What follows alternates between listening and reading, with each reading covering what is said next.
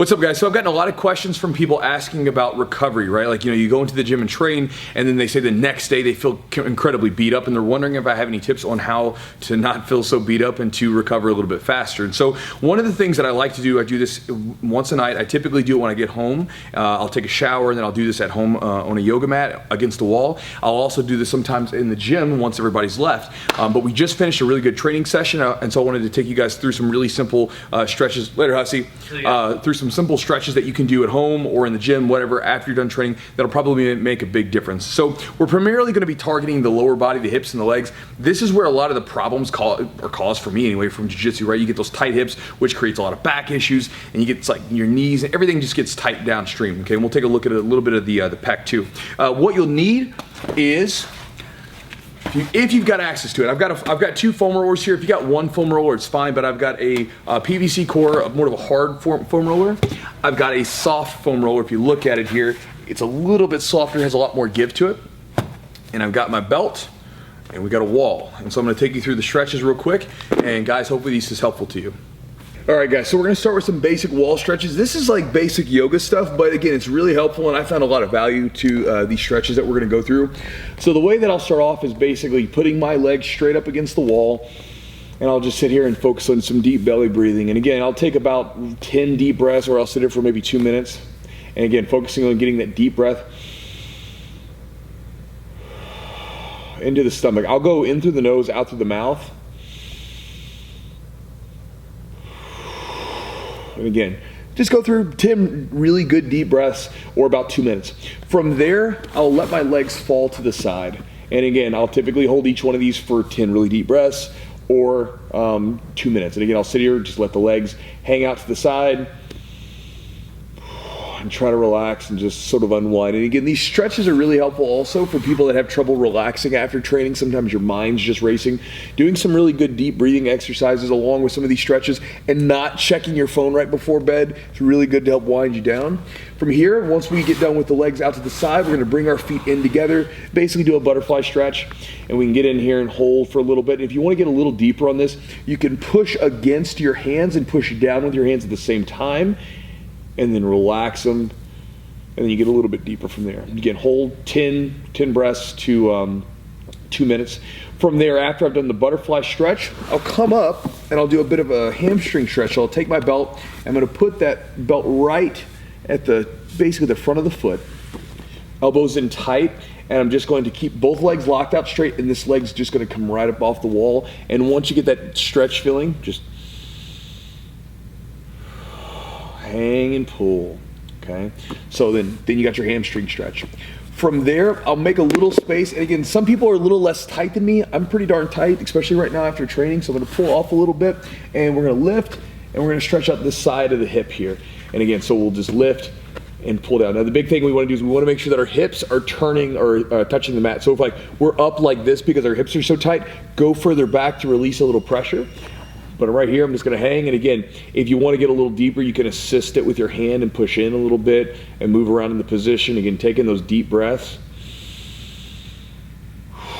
In and out, and get going from there.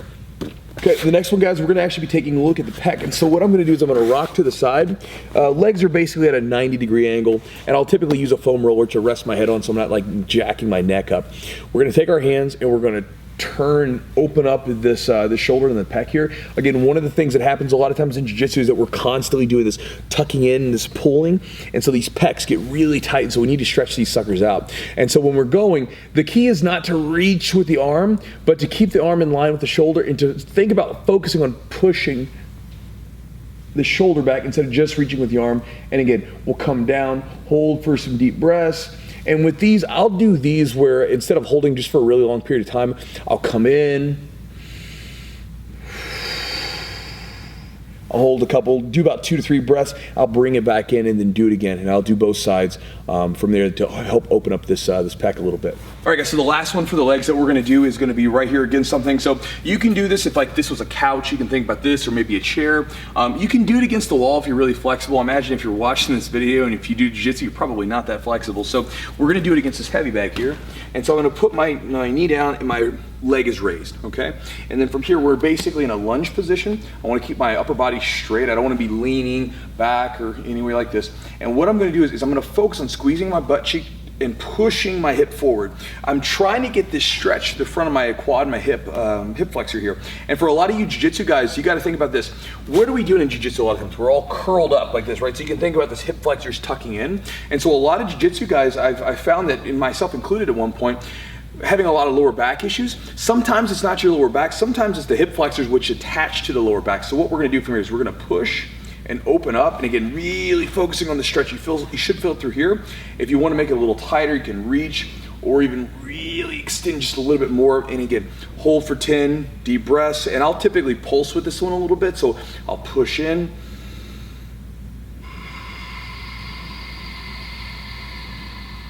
and kind of move in and out of range of motion and get that deep stretch in that quad and the hip flexor. It's a great stretch.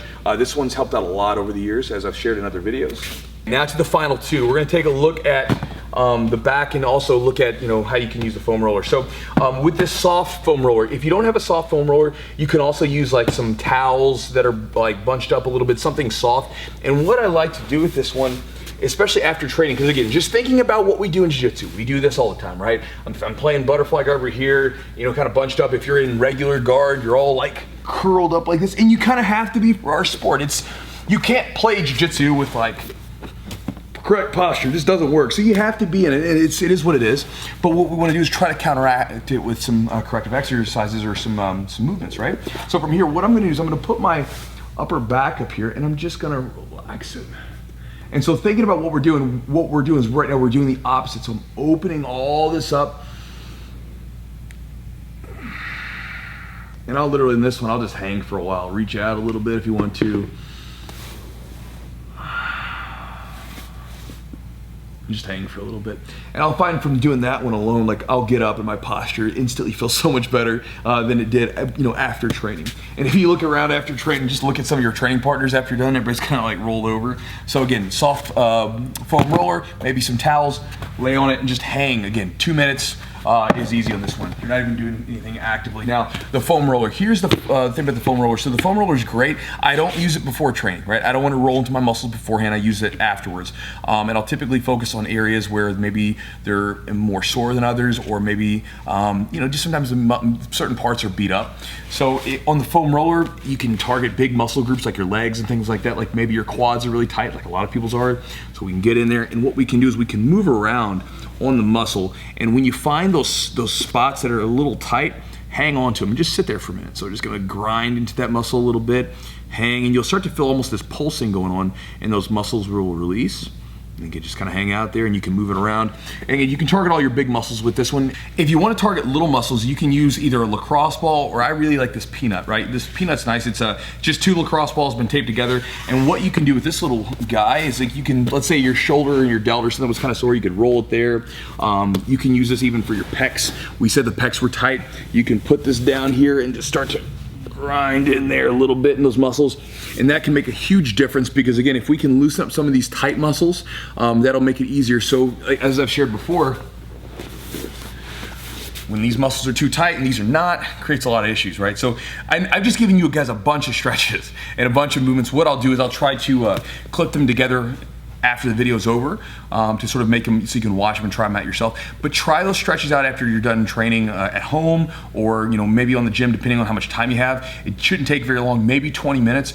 My favorite time to do these are typically at home after a shower. I have a little spot in my house where I have a little yoga mat set out, and when I come home, I take a shower. While my body's fresh after the shower, I'll go over to my little spot, I'll lay down, and I'll start to do the yoga stretches against the wall, and then do the other one on the couch. And after I'm done, I usually feel nice and relaxed. I can lay down a lot easier, and it kind of brings me down, especially with all that deep breathing, really brings me down from the sort of the excitement from training. So all of you guys that have been asking for some cool down stretches, some recovery stretches, try these out. I hope they work, and if you guys use them, let me know how they worked out for you. And guys, I'll talk to you next time.